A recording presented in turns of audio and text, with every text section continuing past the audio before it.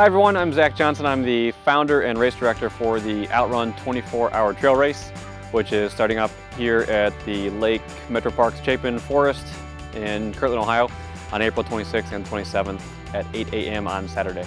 Before I get going on the pre-race announcement, I want to thank our major sponsors. First one is Fleet Feet Sports.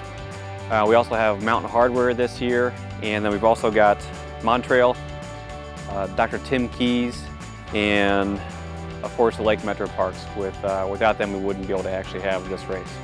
Our other supporting sponsors, we have Great Race Nutrition. We have Playing with Knives and Fire, that's Chef Bill Bailey, who's providing our post-race breakfast. And then we have Rising Star Coffee Roasters. They're actually a local roaster in downtown Cleveland, and the Sufferfest, which is also providing some prizes for us. And lastly is the Umami Asian Restaurant in Chagrin Falls, who are providing some gift cards for raffle as well.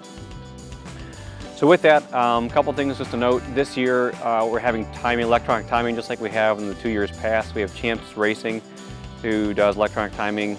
All we ask there is you still wear your bibs on as a visible spot on your body, and that you wear a chip on one of your lower legs, so when you come across the timing mats, that it picks up. Just keep in mind too, with any timing system, it is not 100% accurate, so we'll be as accurate as humanly possible for that. Camping, people have asked about camping quite a bit. There are 3 or 4 different locations in the area that you can camp at. There are no RV hookups, but we do have bathrooms here that are heated with electricity, and they basically have sinks and bathrooms. There are no showers here. There's also a pavilion that's got electronic outlets, and throughout the evening we'll have people here at the ski lodge itself. So if you need anything else, you can just let us know. Packet and chip pickup. So we will have here at the ski center from 4 to 7 on Friday, we'll have the packet pickup, and starting at 6 a.m. on Saturday for the chips and or the packet pickups. It's required that everyone actually comes in for the chip pickup, so make sure you come in for that, and that starts at 6 a.m. on Saturday. The race itself starts at 8 a.m. sharp on Saturday and finishes 24 hours later on Sunday, 8 a.m. Some folks have asked if you want to start later, that's perfectly fine, but the clock starts at 8 on Saturday. The course itself is a USATF course certified 1 mile and 13-foot loop, which is different, of course. It's not a USATF certified event, just the course itself.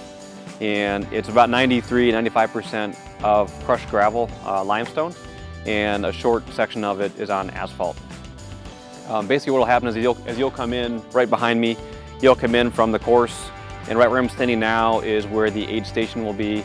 You'll come across the timing mats, come in here, you run around this fire pit here, but if you need to pull off and come to the aid station, that's where you'll pull off, and then you'll continue on straight out this direction, head back out through the course.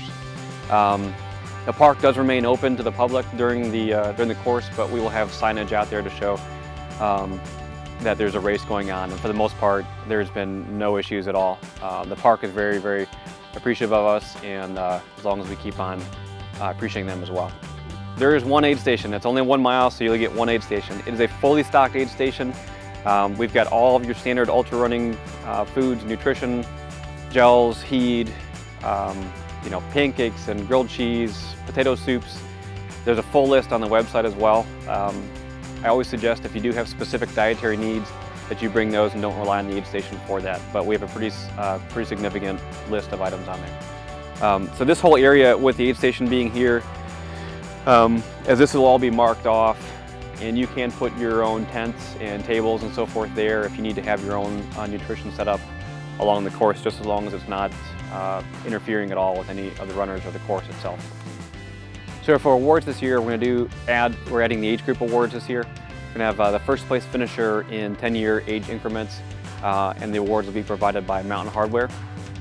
We're also doing male and female overall first, second, and third, and then everyone receives a Mountain Hardware Wicked Light shirt that's being provided by Mountain Hardware. And then depending on the distance that you run, if you run at least 50K, there's a 50K specific medal that you get. If you run at least 100K but less than 100 miles, there's a 100K specific medal. And if you run 100 miles or more, there's a 100-mile buckle. And these are all custom things that we've had done before in the past. Also throughout the race, we're going to be doing raffles. So Montreal is providing 4 pairs of trail shoes that we'll raffle off. There are some restaurant gift certificates and a couple of other good swag from Fleet Feet and some other sponsors as well. So those are given throughout the night, and you have to be present to win for those. It's not a actual written requirement, but as a sort of an unspoken rule, this is Peg's leg. Last year, I believe she got 37 miles in 2013. She'll have a chip on her as well, and we'd like to see if we can get her maybe over 50 miles this year. So ask the folks that have run it in years past kind of how she originated and where she came from, and you can tell she's been in a lot of places as well. So it's kind of the theme of the race, and feel free to have fun with Peg. You'll see her quite a bit. Make sure when you carry her across the timing mat, you carry her low so she picks up on the mat. Post-race, we're going to have Chef Bill Bailey from Playing with Knives and Fire, who's did our post-race breakfast last year. There is a vegan option as well, and the menu is listed on the website. That is $12 additional to the race entry fee.